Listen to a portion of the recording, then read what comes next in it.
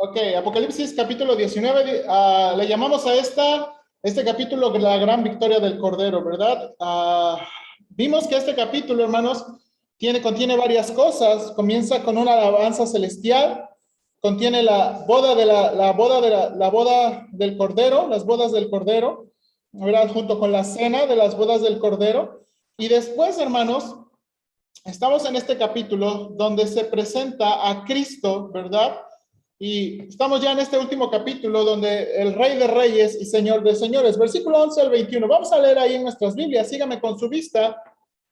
Versículo 11 al 21 dice: entonces vi el cielo abierto y aquí un caballo blanco, y el que lo montaba se llamaba Fiel y Verdadero, y con justicia juzga y pelea, y sus ojos eran como llama de fuego. Y había en su cabeza muchas diademas, y tenía un nombre escrito que ninguno conocía sino él mismo. Estaba vestido de ropa teñida en sangre, y su nombre es el Verbo de Dios. Y los ejércitos celestiales, vestidos de lino finísimo, blanco y limpio, le seguían en caballos blancos, y de su boca sale una espada aguda para herir con ella las naciones. Y él las regirá con vara de hierro, y él pisa el lagar del vino del furor y de la ira del Dios Todopoderoso. Y en su vestidura y en su muslo tiene escrito este nombre: Rey de Reyes y Señor de Señores. Y vi a un ángel que estaba en pie en el sol y clamó a gran voz diciendo a todas las aves que vuelan en medio del cielo: venid y congregaos a la gran cena de Dios, para que comáis carne de reyes y de capitanes, y carnes de fuertes, carnes de caballos y de sus jinetes, y carnes de todos, libres y esclavos, pequeños y grandes. Y vi a la bestia, a los reyes de la tierra y sus ejércitos reunidos para guerrear contra el que montaba el caballo y contra su ejército. Y la bestia fue apresada, y con ella el falso profeta que había hecho delante de ella las señales con las cuales había engañado a los que recibieron la marca de la bestia y habían adorado a su imagen. Estos dos fueron lanzados vivos dentro de un lago del lago de fuego que arde con azufre, y los demás fueron muertos con la espada que salía de la boca del que montaba el caballo, y todas las aves se saciaron de la carne de ellos. Y hermanos, lo que tenemos aquí es una imagen muy sorprendente del final, ¿verdad? De lo que tenemos aquí en la gran guerra, ¿ok? Ahora, déjame comenzar con esto. Yo sé que no lo van a escuchar todos. No todos van a poder escuchar lo que tengo aquí en el video. Voy a tratar de ponérselos. Aquí hay un video, hermanos, ¿verdad? Y ahorita usted me va a decir qué tiene que ver este video. A ver si se logra escuchar un poquito aquí con el micrófono, ¿verdad? Y quiero que lo vea tantito.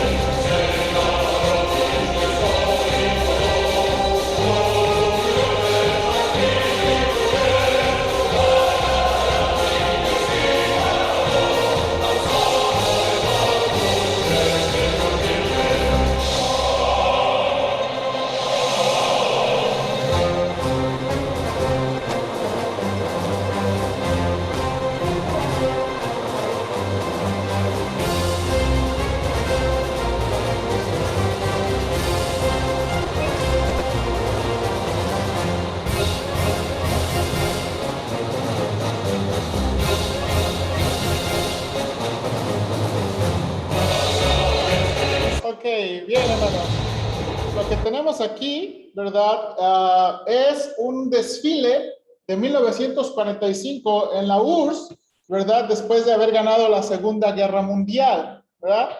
Lo interesante de este desfile es eso, uno de los comandantes que se llama Zhukov, no sé si es así, ¿verdad? Cabalgó en un caballo blanco, como era la costumbre, ¿verdad? De los líderes, ¿verdad? A la victoria. Ahora, esto es muy interesante, hermanos, porque la primera cosa que ve Juan en capítulo 19 es, mira, dice, vi al cielo abierto y lo que primero que ve es un ¿qué? Caballo blanco. Okay. Uno diría, a ver, ¿por qué estás presentando primero al caballo? ¿Okay? Y bueno, esto es muy interesante, hermanos, porque, de nuevo, estamos viendo este desfile y este caballo blanco antes o después de la guerra. Después de la guerra. Entonces, uno se espera que ese tipo de desfiles y este tipo de presentación sea que después de la guerra, pero aquí ni siquiera ha sucedido la guerra. No ha sucedido la guerra y ya aparece un caballo que representa ¿qué? La victoria. ¿Ok? Hay este caballo que representa la victoria. Ya lo habíamos visto, ¿verdad? Nada más Juan ve el cielo abierto, ve el caballo blanco, como decíamos, ¿verdad? Es el caballo que usaban los conquistadores, oficiales y reyes, ¿verdad? El jinete se llama fiel y verdadero. Y cuando vamos a Apocalipsis, esta es una descripción a Cristo mismo. Este jinete ha venido a juzgar y pelear con justicia, ¿verdad? Se describe, ahora después se describe al jinete, sus ojos como llamas de fuego, su cabeza lleva muchas diademas y lleva un nombre que nadie conoce. Ahora, esto es interesante. De nuevo, si regresamos a Apocalipsis capítulo 1, vemos que el Señor Jesucristo glorificado tiene esos ojos, ¿verdad? Como llama de fuego. Y eso habla de su poder escudriñador, hermanos. Él es capaz de escudriñar más allá de cualquier persona.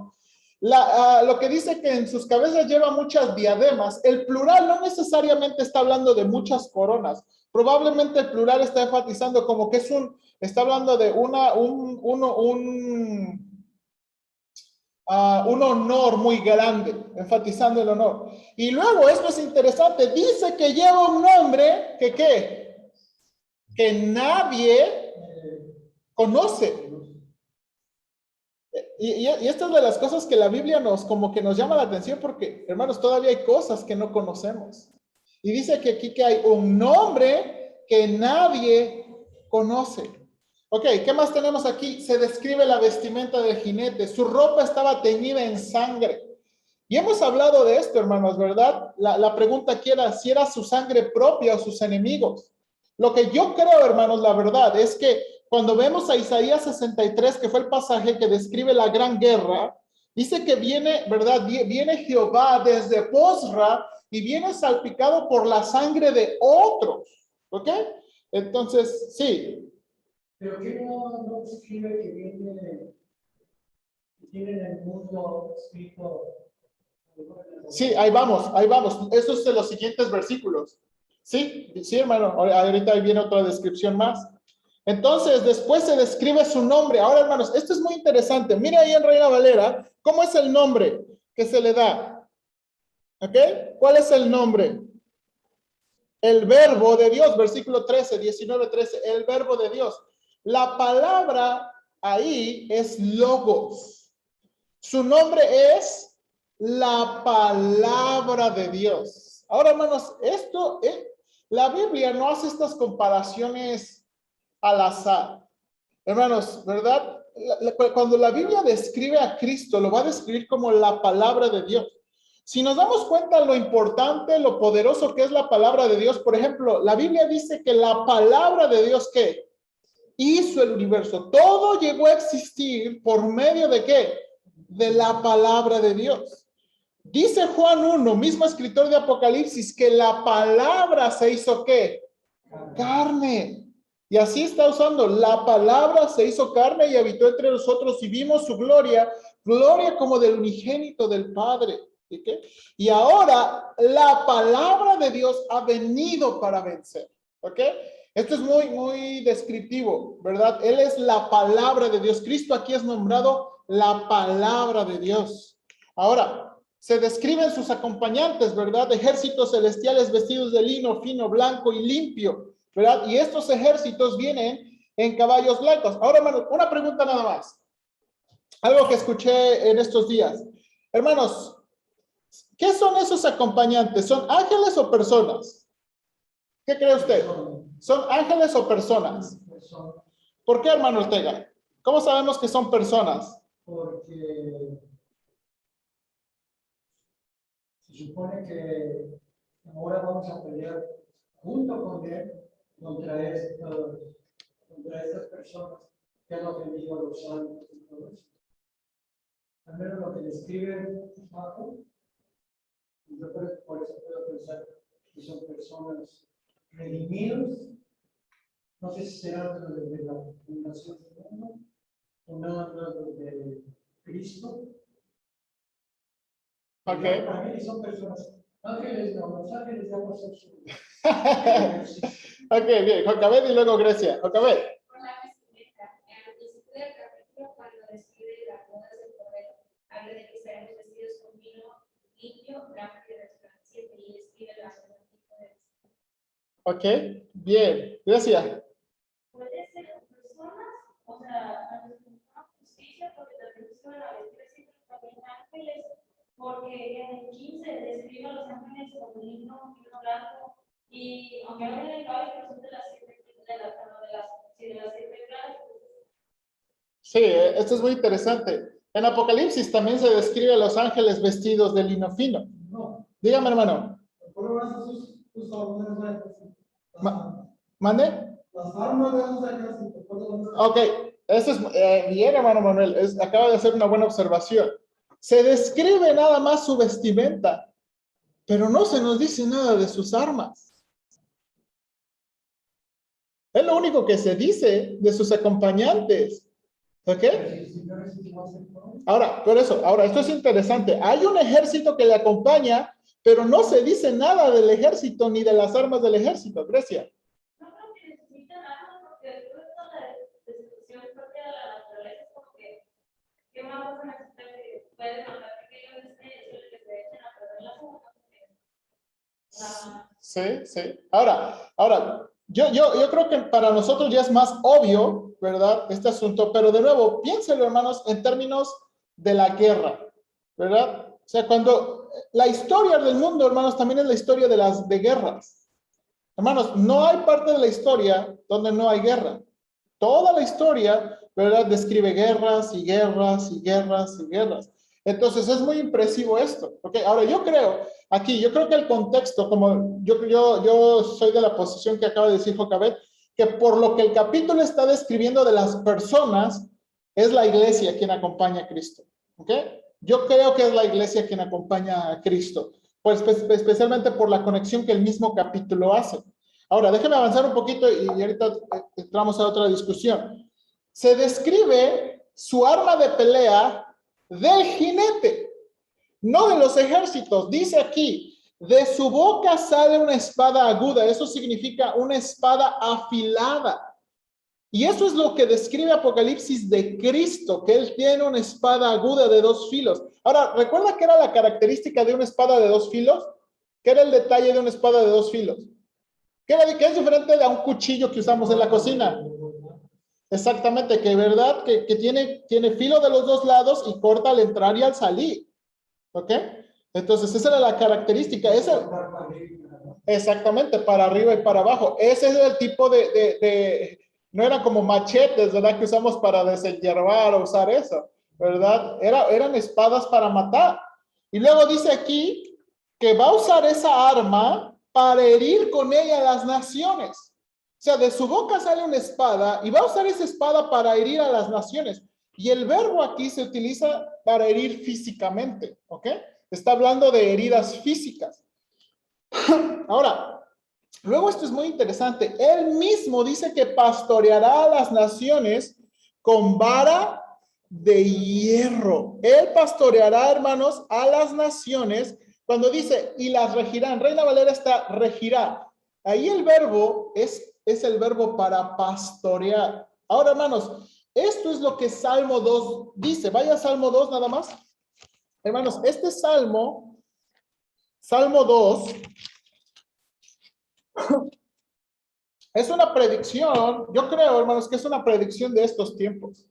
Miren lo que dice Salmo 2. ¿Por qué se amotinan las gentes y los pueblos piensan cosas vanas? Se levantarán los reyes de la tierra y príncipes consultarán unidos contra Jehová y contra su ungido. A ver, hermanos, ¿cuál es la palabra para ungido en el Antiguo Testamento? Contra su Mesías. ¿Ok? Pudiéramos traducir ahí. Se levantarán contra Jehová y contra su Mesías, diciendo, rompamos sus ligaduras y echemos de nosotros sus cuerdas. El que mora en los cielos se reirá. El Señor se burlará de ellos. Luego hablará a ellos en su furor y los turbará con su ira. Pero yo he puesto mi rey sobre Sión, mi santo nombre. Yo publicaré el decreto. Jehová me ha dicho, mi hijo eres tú, yo te engendré hoy. Pídeme y te daré por herencia a las naciones y como posesión tuya los confines de la tierra. Los quebrantarás como con vara de hierro, con vasija de alfarero los desmenuzarás. Ahora pues, oh reyes, sed prudentes, admitid administración, jueces de la tierra. Servid a Jehová con temor y alegraos con temblor. Honrad al Hijo para que no se enoje y perezcáis en el camino, pues se inflama de pronto su ira. Bienaventurados todos los que en él confían. Y esto es una descripción, hermanos, yo creo claramente de este tiempo, ¿verdad? Él va a regir a las naciones con vara de hierro. Lo mismo dice Primera de Pedro 5:4, misma idea. Primera de Pedro 5:4. Dice aquí, hermanos, y cuando aparezca el príncipe de los pastores, cuando aparezca el príncipe de los pastores, recibiréis la corona de incorruptible de gloria. Esto es muy interesante, ¿verdad? O sea, Pedro está hablando y está animando a los pastores que un día va a llegar el buen pastor. ¿Por qué, hermanos? Hermanos, para mí, hace unas semanas estuvimos en una clase que se llama Teología y Filosofía del Ministerio, viendo mucho esta metáfora del pastor en el Antiguo Testamento. Y en el Antiguo Testamento, hermanos, está lleno de versículos de pastores que no supieron guiar al pueblo. Hermanos, en Jeremías aparecen varios versículos donde Dios condena a pastores y utiliza la figura del pastor como aquellos que guían, aquellos que cuidan. Y se utiliza para los reyes. Se utiliza para personas de liderazgo y utiliza esa metáfora del pastor para decir, ellos abusaron de las ovejas.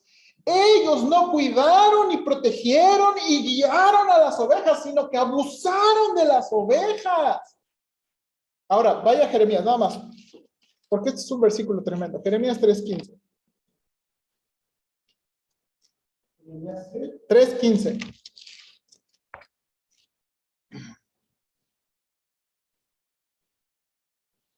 Mire esta promesa. ¿Por qué alguien que lo lea? Jeremías 3:15. Mire esa tremenda promesa.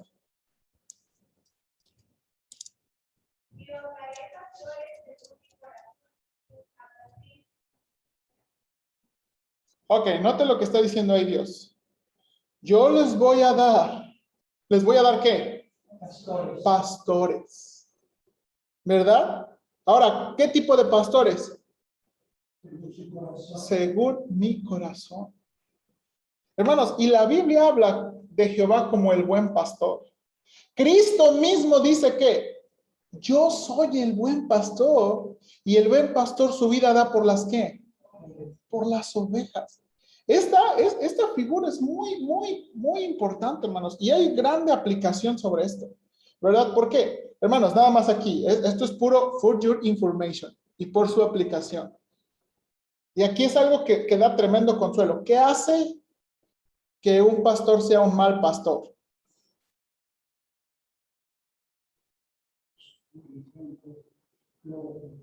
No, pero según estos versículos, ¿qué hace un pastor? ¿Qué hace que sea un mal pastor? Con estas ideas que le acabo de decir, ¿qué es lo que hace un mal pastor? ¿Un mal pastor? No. ¿Sí? Bueno, puede ser. Pero especialmente en el Antiguo Testamento lo que hacía un mal pastor era un pastor que usaba su autoridad para su propio beneficio y abusaba del redil. Hermanos, eso es lo que hace a un pastor, un mal pastor. Ahora nosotros hoy en día tenemos, es que el pastor, tenemos nuestro ideal del pastor, ¿verdad? Es que debe ser guapo, ¿verdad? Debe cantar, debe predicar, debe esto, y nosotros tenemos una expectativa muy alta de sus capacidades y sus habilidades. Pero cuando vemos en la Biblia lo que hace a un mal pastor, no tiene nada que ver con sus capacidades, tiene que ver con su persona, su carácter y su trato con el redil. Ahora, le digo es for your information, porque esta es una aplicación para, ¿verdad? Todos aquellos que trabajamos al ministerio. Que Dios nos ha llamado para servir al pueblo de Dios. ¿Qué nos hace malos siervos? Abusar de las personas. Usar a las personas. Bueno, eso es for your information. ¿Ok? Ahora, luego sigue diciendo aquí, mismo pasaje, Apocalipsis 19, él mismo, está hablando de Cristo, él mismo, hablando del jinete, pisa el lagar del vino de la furia e ira de Dios Todopoderoso. Ok, esto claramente es una descripción de lo que ha venido diciendo en Apocalipsis 16 y es lo mismo que ha venido diciendo en Apocalipsis 14. Hay un lugar, note aquí, hay un lugar, hay un día donde toda la furia de Dios será descargada. Y esa es la palabra con la que podemos, hermanos, y yo recuerdo que esto parece hasta raro. O sea, uno cuando piensa en Dios, uno no piensa en términos de que, no, pues es que Dios no se enoja, Dios es muy paciente. Y Dios es muy paciente, la Biblia habla de eso. Vamos a hablar en la predicación sobre eso, del carácter de Dios. Pero en estos versículos está diciendo que hay un día para descargar toda su ira. Toda su ira. ¿Qué más tenemos aquí? Viene este versículo donde dice que pisa el vino de la guerra, es la descripción de la gran guerra, hermanos. Luego, ¿qué tenemos aquí? Se describe su nombre majestuoso. Dice versículo, y esto es lo que dice, hermano, versículo 16, y en su vestidura y en su muslo tiene escrito este nombre, Rey de Reyes y Señor de señores. Hermanos, la expresión, este tipo de expresión viene del hebreo y esta era una forma de escribir un superlativo. Cuando había así, Rey de Reyes, Señor de señores, esa es la forma de escribir un superlativo en hebreo. Por ejemplo, nosotros tenemos en español un superlativo. A ver, alguien dígame un superlativo. Poderosísimo. Grandísimo. ¿Verdad? Altísimo. Eso es un superlativo para nosotros, ¿verdad? Y eso está hablando de algo muy grande, ¿verdad? Usamos el superlativo en ese tipo de expresiones. En hebreo, esto es lo que hace un superlativo. Esta repetición es un rey de reyes, un señor de señores, el más grande que ha existido, el más grande que existirá. No hay otro semejante a él. Y hermanos, esta expresión quiere describir la manera más grande en que se puede nombrar a Dios, a Cristo. Él es el más grande. Luego, cuando lo presentó, dijo, Él es el soberano de los reyes de la tierra, hermanos. Y después, hermanos, después de esa, versículo 17. Ahora, hermanos, aquí nada más un detalle interesante. Dice versículo 17, después de darnos esa vista del Cristo majestuoso y glorioso, dice, y vi un ángel que estaba en pie en el sol y clamó a gran voz diciendo a todas las aves que vuelan en medio del cielo, venid y congregaos a la gran cena de Dios. Y de nuevo esto es muy irónico, porque primero se presenta un caballo antes de victoria, antes de la pelea. Y después se presentan aves para comer el resto de los que van a morir antes de la pelea. ¿Por qué? Porque los está llamando antes de la pelea. Todavía ni siquiera ha descrito la pelea. Ahora, esto es muy interesante. Y los hermanos comentaban esto.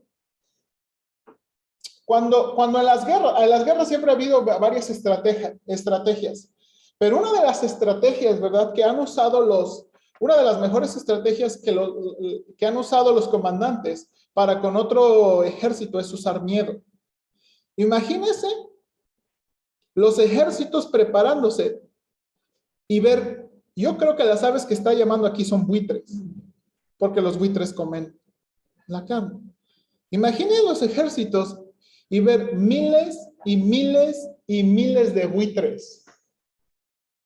Hermanos, dígame, ¿qué causaría eso en un ejército?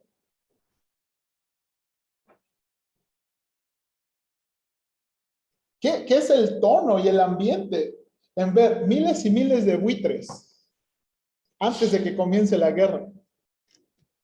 Pues el que pierda se lo van a echar al plato, ¿no? ¿Y quién va a perder? Esa es la pregunta en una guerra. Ahora, note aquí. De nuevo, hermanos, discúlpenme, yo siempre trato de... Sí, hermano Manuel. Es cierto, como dice usted, en una guerra el miedo es fundamental.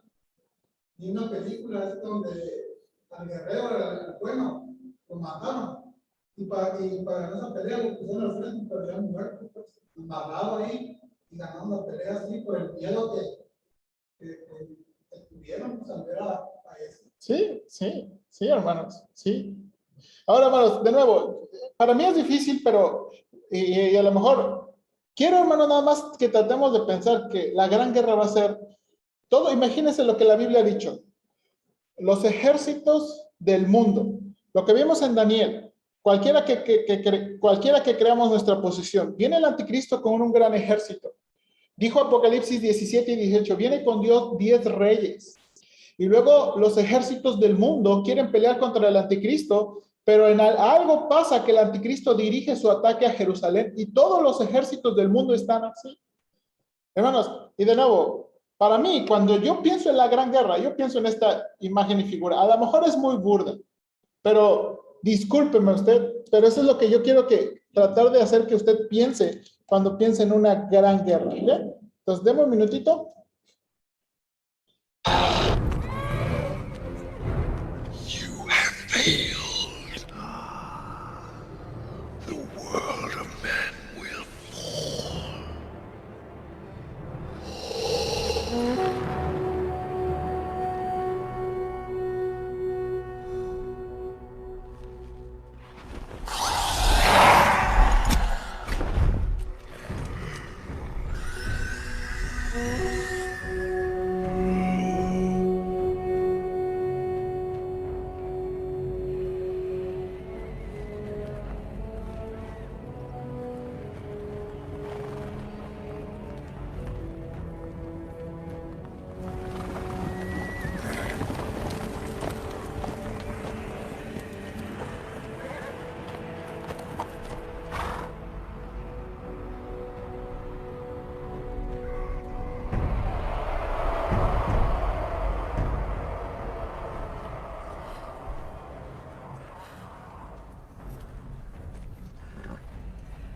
O sea, piense, cuando pensamos en ejército, y esto es lo difícil, imagínese la cantidad de soldados que hay ahí. Y la verdad, digo, lo único que a mí me hace pensar es algo así. Una guerra con una cantidad inmensa de soldados. Amen! Send your airmen down the left flank! Gavling, follow the king's banner down the center. Rimbaud, take your company right after you pass the wall. Forth, and fear no darkness! Arise! Arise, riders of Theoden! Spears shall be shaken! Shields shall be splintered! A sword day! A red day! And the sun rises!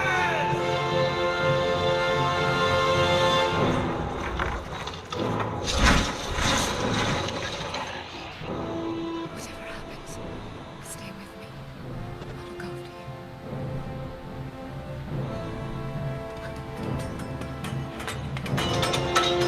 Rise now!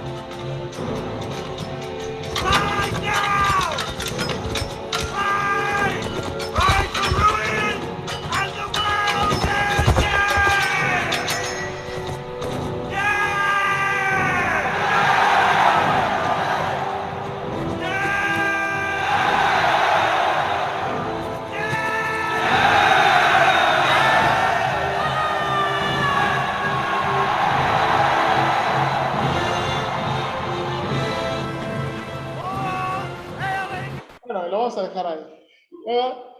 Yo no sé qué más.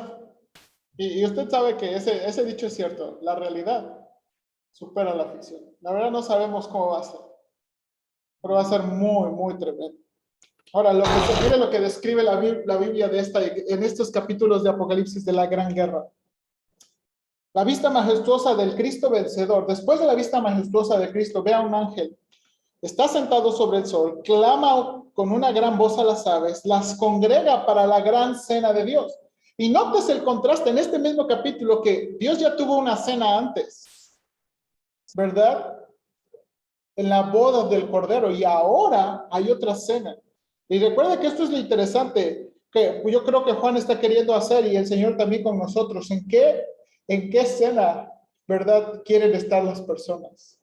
¿En la cena con Dios, verdad? O en la cena donde va a haber destrucción y muerte? Después se describen los participantes de la guerra. Y mira, esto es muy interesante ¿verdad? Versículo 18.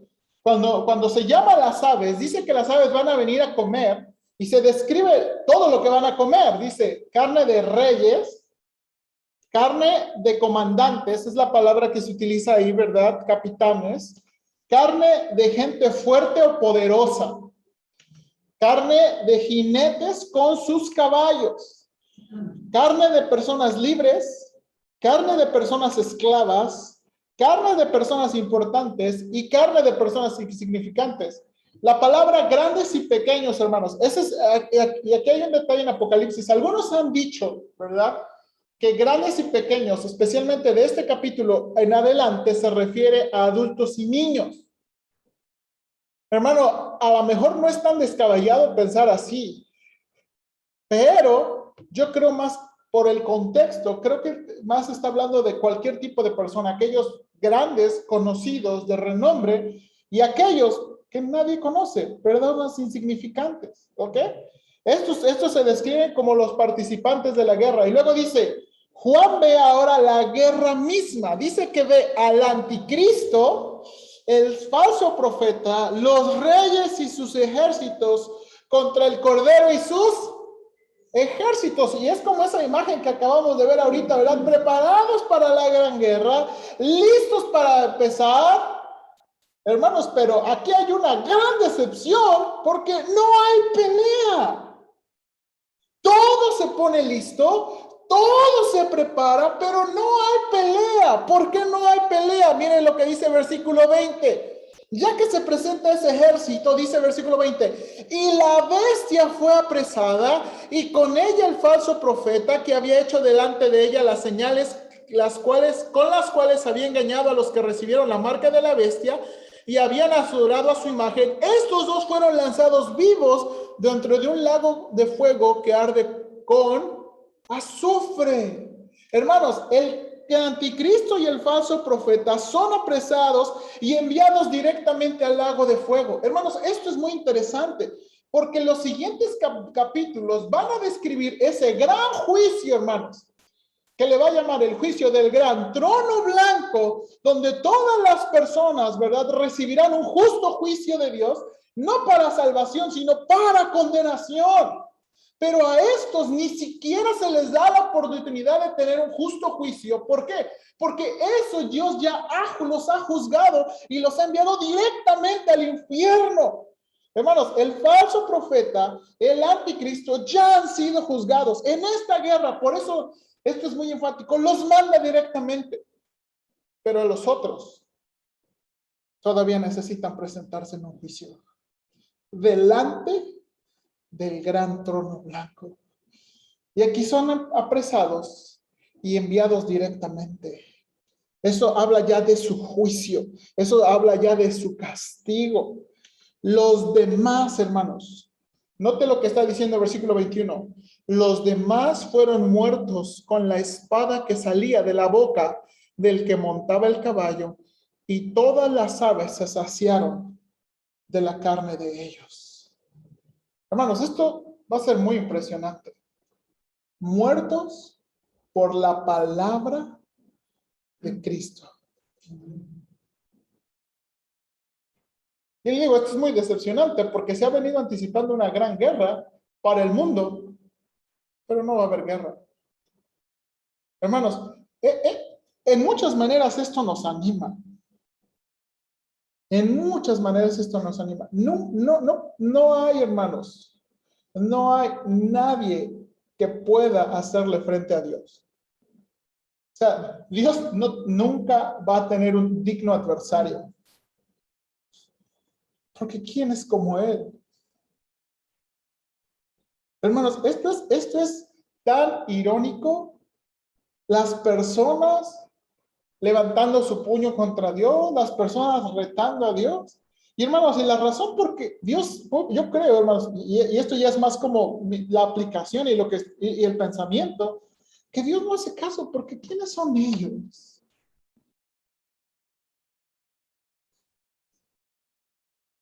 Un hermano decía, aquellas personas que, a ver, yo quiero escuchar a Dios.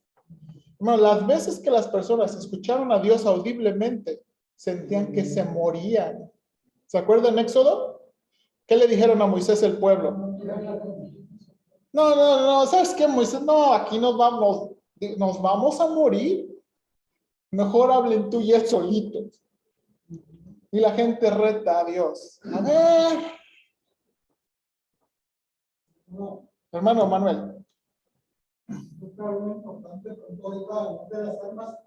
Lógicamente dice que Dios, tu alma, pues es su palabra. Contra la palabra de la gente, que es la necesidad y muchas cosas por el estilo. Es una lucha que está. Sí. Hermano. Pienso que lo subestiman a Dios. No, no se vamos a hacer guerra y vamos a seguir. Tratan la Biblia tan llena de cosas que con su pura palabra, digo, ¿cómo puedes pensar que? Ahora sí que Dios no está para. ¿Cómo voy a meter a mis papás con ustedes? Entonces digo, los subestiman, entonces nos ponemos iguales. Sí. Ahora, hermanos, ahora piénselo, y me estaba, mientras estaba preparando la clase y todo, estaba alistándome. Como le he mencionado, vamos a hacer, más adelante, ya estamos avanzando, vamos a ver los imperativos que hay en todo el libro de Apocalipsis. Porque recuerden que este libro completo no nada más ha sido dado para nuestra especulación. Porque hay una bienaventuranza, dice, para el que oye y qué. ¿Se acuerdan? Para el que oye y qué. En el capítulo 1. ¿Quién? Capítulo 1. Sí. ¿Cuál es la bienaventuranza? Para el que oye y qué. El que oye y el que lee. Bueno, el que lee y el que oye las palabras, pero ¿qué más? Y guarda. Ahora, hermanos, cuando estamos hablando de guardar en la Biblia, guardar no significa de que, ¿verdad? Vamos a ponerlo en banco azteca, ¿verdad? No, cuando la Biblia habla de guardar, ¿de qué está hablando? De obedecer. Esto es muy interesante, dice, bienaventurado el que lee, los que oyen y los que obedecen. Muy interesante. Una carta para obedecer. Y uno preguntaría, ¿y cómo esto que estamos describiendo me ayuda o motiva mi obediencia? ¿No? O sea, ¿cómo esta información de antemano va a motivar nuestra obediencia? Y esto es muy interesante, hermanos, porque cuando empiezan las cartas a las iglesias, hay muchas conexiones de las cartas con las visiones, comenzando en capítulo 4. En las cartas, hermanos, se habla del juicio, en las cartas se habla de victoria, y le llama el que venciere, los vencedores. Ahora, ¿qué se necesita de los vencedores? ¿Y qué los hace vencedores? ¿Qué?